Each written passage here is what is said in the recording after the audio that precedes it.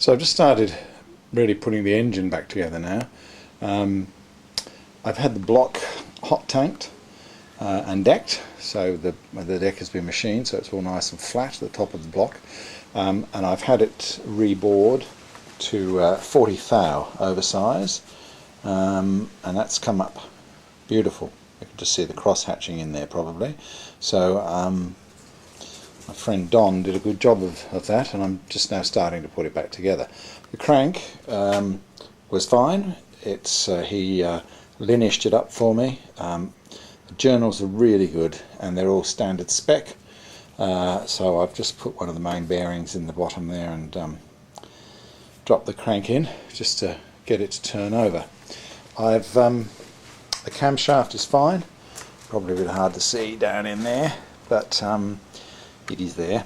But there's no problem with the camshaft at all. I had new camshaft bearings put into the block, so that's come up really well. I think the engine is going to be in really good condition once I've finished. I'm not putting in I did toy with the idea of putting in one of the new main rear bearing seals.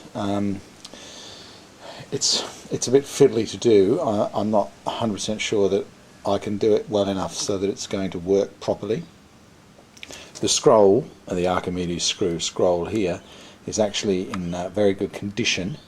I've got the same one, of course, on my MGA, and believe it or not, that doesn't leak at all.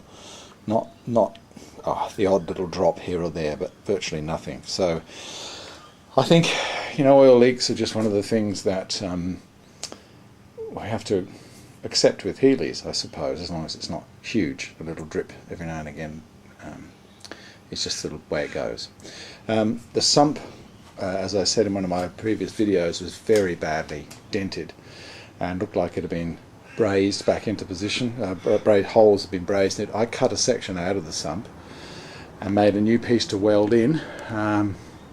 It's up there at the moment, and I was going to give it a go, and I think it would have worked, but I was a bit iffy about it, and I thought, if I hit anything and the welds crack, and it's just not really worth the trouble and the risk.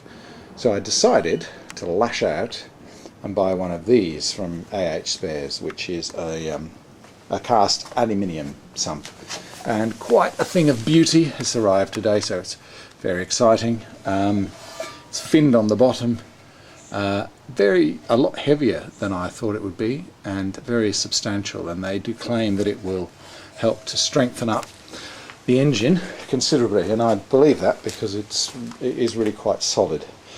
Just to the right there are a couple of bits and pieces which I've got to clean up and paint to go on the engine. The place is a bit of a mess at the moment. The head is over there. I haven't sent the head off yet because I was waiting for some exhaust valve guides to arrive. They're now here, so the head will have the same treatment as the block. It'll be hot tanked, it'll be planed, all the guides will be replaced and the valves cut in. I also bought new valve springs to put in there. The old ones are a little bit under spec. The new one's actually a bit over spec, so they should tighten up the valves considerably and improve the engine. These are the pistons, which are going back into that block, of course.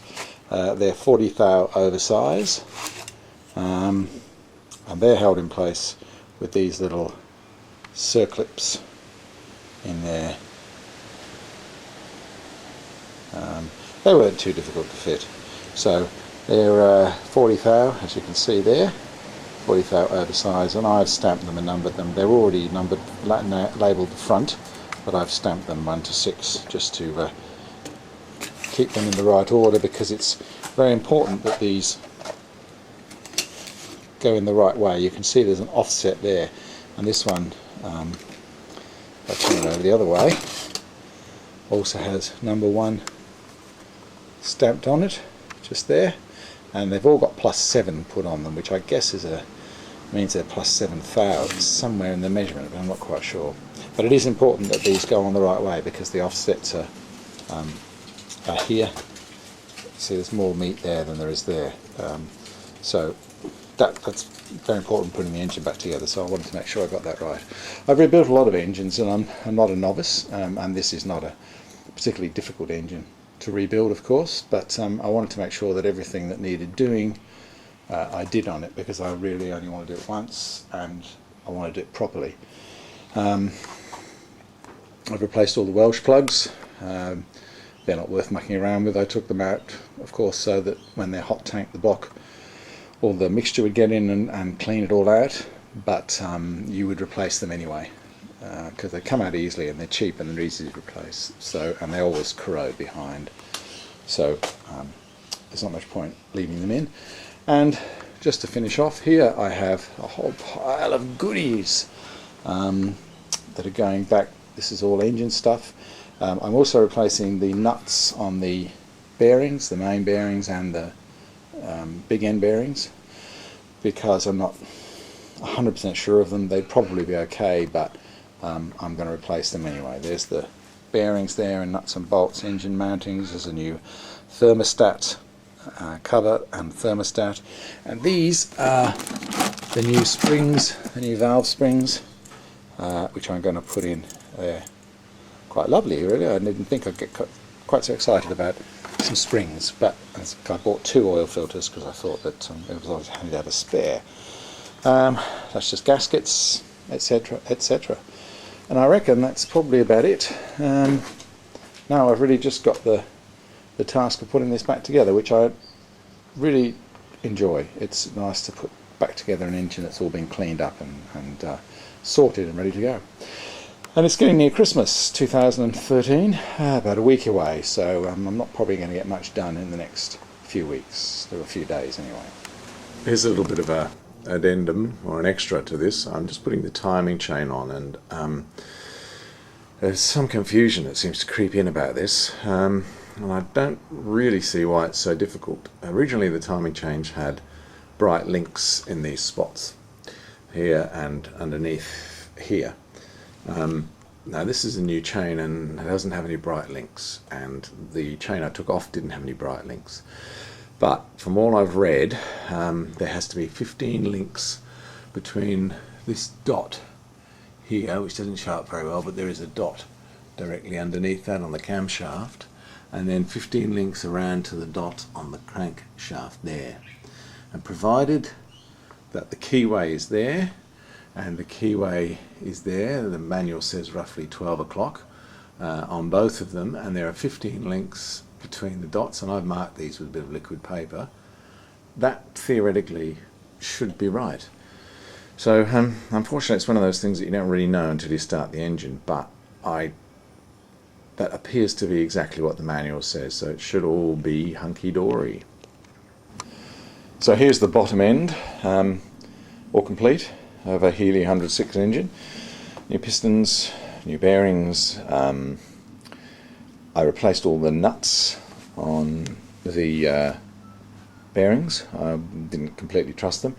The mains here are torqued up to 75 and the big ends to 50, which is what the manual says.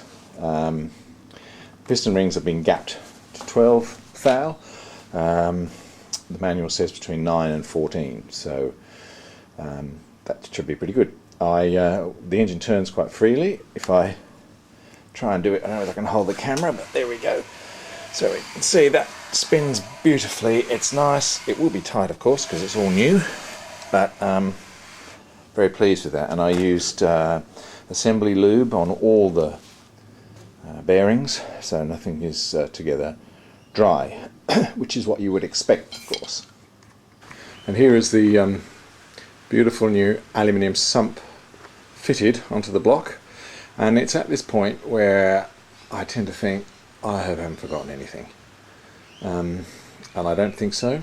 I did have a bit of trouble lining this up. I had to elongate a couple of the holes to get the bolts in, but all in all I think good, and I'm really pleased that I did that, because I didn't really trust the other sump, and this will stiffen the engine up quite considerably, I think, and keep the oil a bit cooler too.